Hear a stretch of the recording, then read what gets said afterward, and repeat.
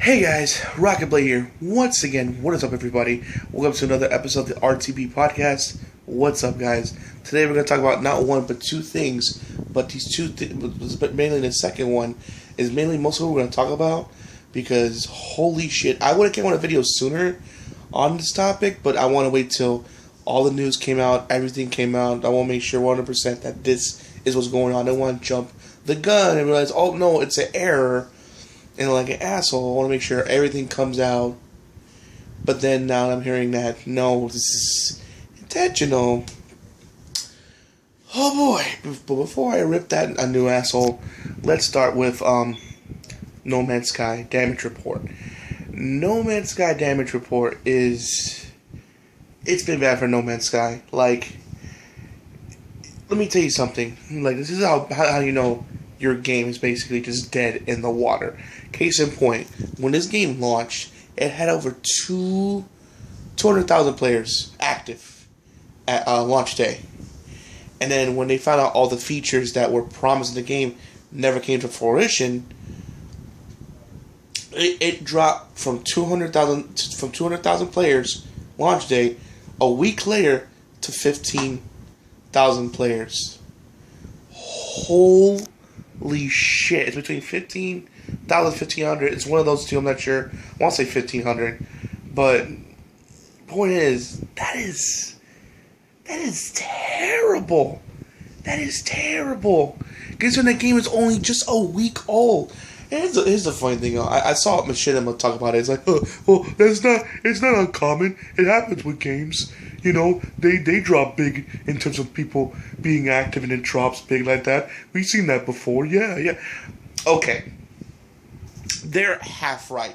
Yes, I'm pretty sure, like, games do, after a while, they do drop off because the next big game is coming. For example, Battlefield 4, I'm pretty sure is not as big as it was at launch day. I'm pretty sure a decent amount of people are still playing Battlefield 4, but I'm sure it's starting to drop a bit because people want to save up money to buy, you know, the Battlefield 1 game.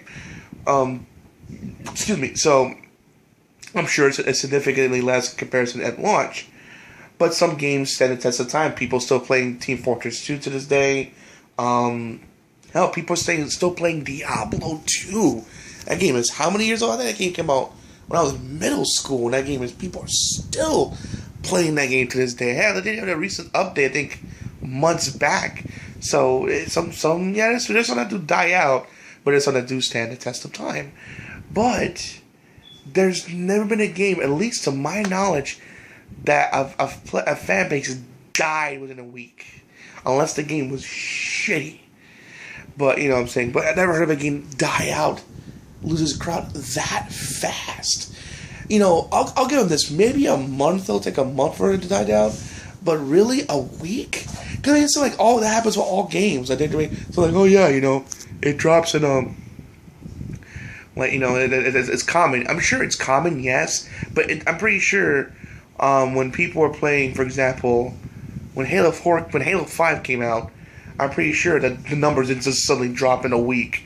It took a while before those numbers dropped. Maybe a few months, but not a week. It took a week, and those numbers dropped. I mean, you know, it was funny how in my last podcast I was saying how that when Happy Games doing what they did, they were going to suffer the consequences of their actions. Because some of the consequences of what they did for lying about all the features they promised, and they're experiencing that sooner than expected. As far as the refund policy goes, they are doing it, but you gotta like have specific. It's a case by case basis. It's not like, oh, you didn't like it, you can get your money back. You know, it doesn't work like that. You gotta, you know, is the game buggy, and you gotta do this for a certain amount of time. So it's like there's rules. If you go to like PSN or Xbox or PSN and Steam, they'll have guidelines and rules explaining how each what guidelines and rules to follow, so you can get your refund for No Man's Sky. But the point is, it is out there. They are offering it, but it's a case by case basis. It really depends, and I'm pretty sure people are gonna exaggerate and lie to make sure to get their money back because they've been lied to, and I can't blame them for feeling that way ultimately. So at the end of the day, it's It was funny how I just said I feel the pain of them lying, and it felt a lot faster than I thought. Crazy, to 200,000 to 15,000 within a week. That is not good. That is not good. That is terrible. Terrible. That is terrible. Just flat out terrible. I mean, I'm pretty sure nobody wants that. So happy games. I mean, you got your spanking sooner than expected. So in the future, when you promise something, deliver. Because I'm pretty sure next time, if you do this again, I'm pretty sure it's going to probably drop to 0 because everyone's going to probably just return their games and get a refund and buy something else. That's another problem with these game companies. They act like they're the only one in the market. There are other people competing to get your spot. Other people want to take your money. There's tons of games out there competing to get money. There's Doom. There's Uncharted 4. There's Deus Ex. The new Deus Ex that came out. I mean, Final Fantasy 15 is coming out pretty soon. I mean, all these great games that are competing to get your money, and they're promising these things, and they delivered so far. Final Fantasy 15 remains to be seen, but I'm pretty sure they will. But with No Man's Sky, they promised this, that. You can meet players online. You get to join factions, get different ships, and none of that's in the game. None of it is in the game, so. I can't blame people again. I can't blame people for feeling the way they're feeling. So it's just how it is. At the end of the day, that's just how it is. So happy games next time. Like I said before, I'm not repeating myself, but when you make a promise, keep it, because next time the internet might bite back really, really much harder than what would happen. It was happening right now. So if you think this is bad, you ain't seen nothing yet. All right, now for the big main evento. That is YouTube's new policy.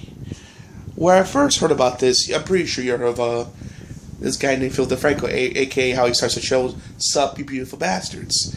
He has a Phil DeFranco show. He's a YouTuber that does news, and he's an amazing guy. And you can definitely check him out. He's like the John Oliver / Jon Stewart of internet news. He's really great, and I love him. Also, definitely check out John Oliver. He's another great one as well.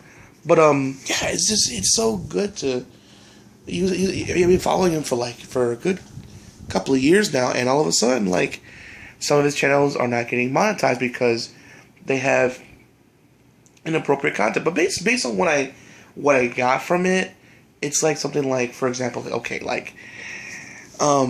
can't things of controversy.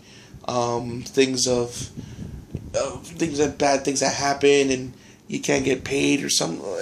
It's very open ended. Like, you can't talk about controversial subjects, or you can't talk about graphic stories. You get flagged for that even if you didn't show the image. And there was this one video in particular about this girl who might be on drugs. There's one, and you can look it up for yourself. And he couldn't monetize it. Then it was monetized again. Then it was not monetized. Now you can monetize again. So I'm like, what is happening here? Like, they're okay. So it's a lot of flip flopping. There's a lot of it's not clear. It's very confusing, and you don't get what's going on, and it's upsetting because it just seems like everyone's upset. Everyone's talking about this shit, from Boogie2988, Alpha Mega Sin, Monday Matt, which, by the way, Monday Matt, for someone watching this, congratulations on 100,000 subscribers. You've earned it.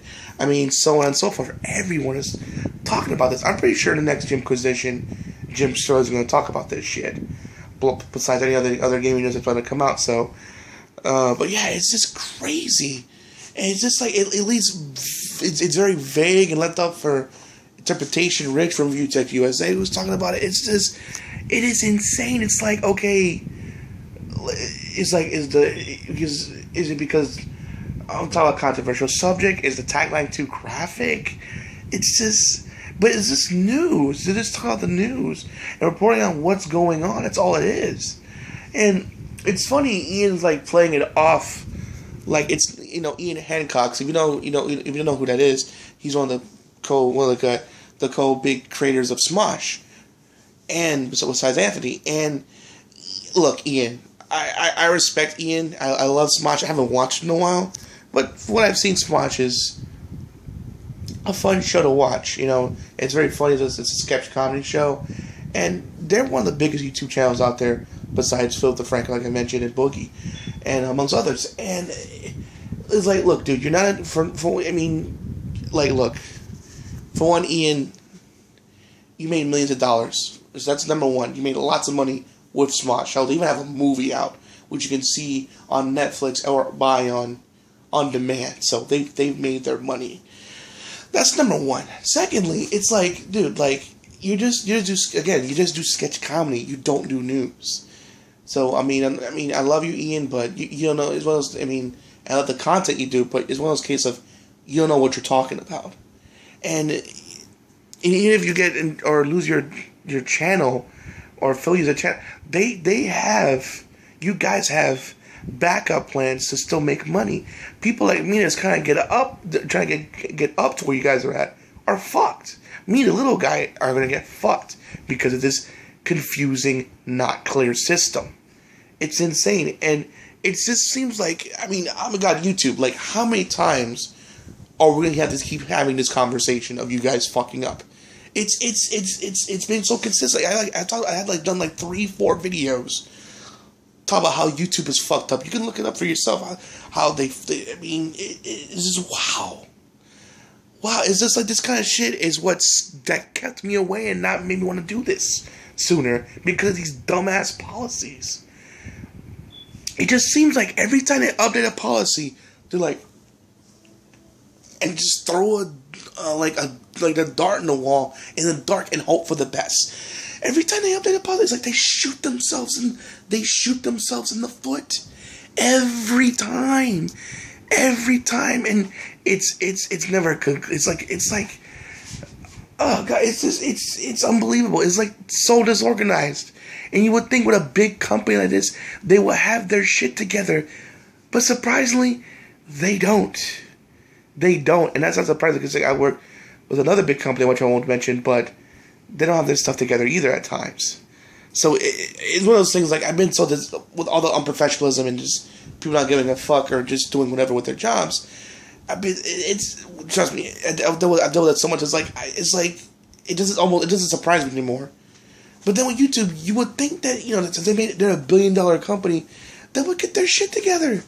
But they keep just stumbling every time they update the policies. They find ways to fuck themselves. I've never seen this before. It's amazing. And YouTube, guys, you need to realize you guys are not invincible.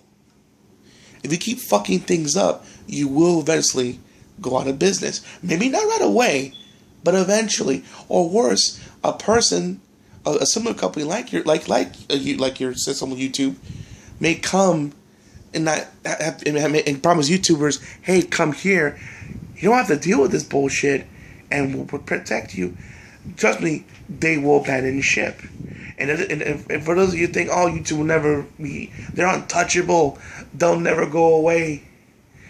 Yeah, I'm pretty sure the taxi industry thought the same thing until being the pro wrestler The Rock, with their championship walking mile high, thinking they're gonna run this shit forever, and then Uber, being Brock Lesnar, came up and said, move over, old man. I'm the new cat in town, and I'm taking over. F5ing the taxi industry and taking that belt and then running the show now. So yeah,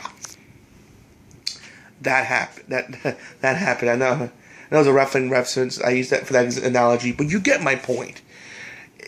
If YouTube keeps doing these dumb decisions, it's gonna get to a point where these YouTubers probably will drop out. Especially if this company, a competition company to YouTube, offers them more money and promises none of these hassles that everyone else is getting. Also to help the little guys like me, YouTube can be fucked. And don't think it can happen. It can happen. Look, like I mentioned before, look at the taxi industry. when it comes to transportation, they dominated for years. For years.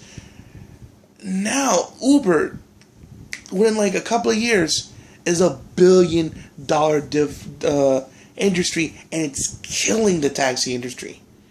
They're gonna become the new Blockbuster. When in a few years' time, they'll be like the newest. They'll be like the Blockbuster, a relic from the past. It was a broken system, which kind of YouTube is being right now, and all it's gonna take is a new company to come up, like Uber, like a Uber, or like a competing YouTuber, a competing company that's like YouTube, and take them over. It can happen. It can easily happen. You know what I'm saying? Give it time. You never know, guys. You never know if this thing, that'll never happen. Trust me. Life is full of surprises. You may never know. Hell, one day Bill Gates could be like, I want to make to make so much money, I want to make a platform to compete with YouTube. And you have the money to do it. And if he gets people to back him up, oh boy. And especially if he does it, like I said before, protect the big YouTubers and protect the small guys from these dumbass policies and copyright claims and shit. Like I said, people will jump shit, and YouTube will be fucked in the ass. So, to YouTube, please, for the love of God, get your shit together. When you introduce new policies, explain it as clear as possible. Don't have these open-ended, like, things that could be loopholed and abused, because your system's being abused by Hollywood as it is. We don't need other people to abuse the system to create censorship, because that's what you're doing. You're censoring the people that made you famous, and like it's like you're so hypocritical, because CNN showed a video of this boy who survived the bombing in his house, covered in dirt and blood, yet they get paid advertising from YouTube. Yet, with people just not even showing the image, just talk, like for example, me just talking about it, I don't get money off that video. Does that make sense? Especially if they don't show the graphic image. Does that make sense? I think not. But I don't know who's running YouTube, but like I said, you need to get your shit together. YouTube, I'm tired of having these conversations with you. You are a $1 billion company. Get your shit together. Because like I said, someone can come and easily take your spot.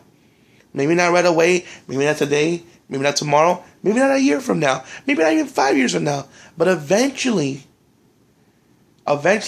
it will come. And if you haven't gotten your shit together, they will, like I said before, they will gladly take your spot. We're America, damn it. We're about innovation, competition. You know what I'm saying? And who knows? Maybe that's what YouTube needs. A good competitor to get their shit together and cut this shit out.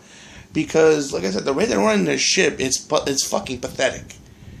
You can't swear or say certain things. Here's the thing, YouTube. Some of these problems you have with your policies can be easily fixed. Like, well, this has graphic imagery or foul language. Can you put on the YouTube, can you put your own thing like viewer discretion is advised? So that way people can know, okay, I shouldn't see this because it may have stuff that might offend me. And then problem solved. And they click away, and they see, and if they don't click away, that's their fault. They will warn ahead of time, may contain strong language and violence up front. But you know what I'm saying? But when you do these open-ended policies and not explain yourself, all you're going to do is piss YouTube, the community off. And trust me, based on what I've seen around the YouTube community, everybody is pissed off. And again, rightfully so, because you just keep doing these new policies that could just be abused. You know what I'm saying? It's like, God, it's like, YouTube, I love you. You've given me an opportunity to express myself from doing movie reviews, game reviews, talk about superhero stuff with comics and movies and whatnot, and enjoying off openings and of new things I buy and whatnot. And I love doing that. And I will continue doing it here. But if you keep fucking up, you won't be around for long. Because, like I said, there's always people trying to compete and trying to, like, get on this market. So, keep that in mind, YouTube. You may be the big boys for now, but someone can take you over like a Uber and put you out of your misery. Unless you change course now and shape up now. And watch, when it happens, you guys are going to remember this fucking video. Trust me. And like I said, I don't want YouTube to disappear. I don't want it to go away. All they got to do is just explain their policies, you know, do it to where people won't get affected, and they'll be okay. Because when you do these half-ended policies the way you do, you're going to piss people off and get people upset, and to the point where they're not want to join your community. Because you're scaring them away. Like I said, this stuff that's scaring me away. It wasn't until like recently, you know, like I said, until I got tired, I said, fuck it, remember, just risk it before you guys disappear for you because of your fuck-ups. Like I said, I don't want you guys to disappear, but you need to get your shit together. It's a simple fact. Evolve or die. It's just that simple. Alright, guys. That's my thoughts on the matter on this episode. So what do you think? Do you think that, you know, with No Man's Sky, do you think that's common with every game? I don't think so, personally. Do you think happy games are in trouble with future titles? And what do you think about this YouTube policy? Do you like it? Do you hate it? You heard my opinion on it. I think it's stupid. But that's just one guy's opinion. I want to hear your guys' thoughts in the comment section below. Thank you guys for watching my channel. I always appreciate it. Please make sure to rate, comment, and subscribe. And as always, this is RockingTheBlade signing out. Hope to see you guys again real soon. Peace out, guys.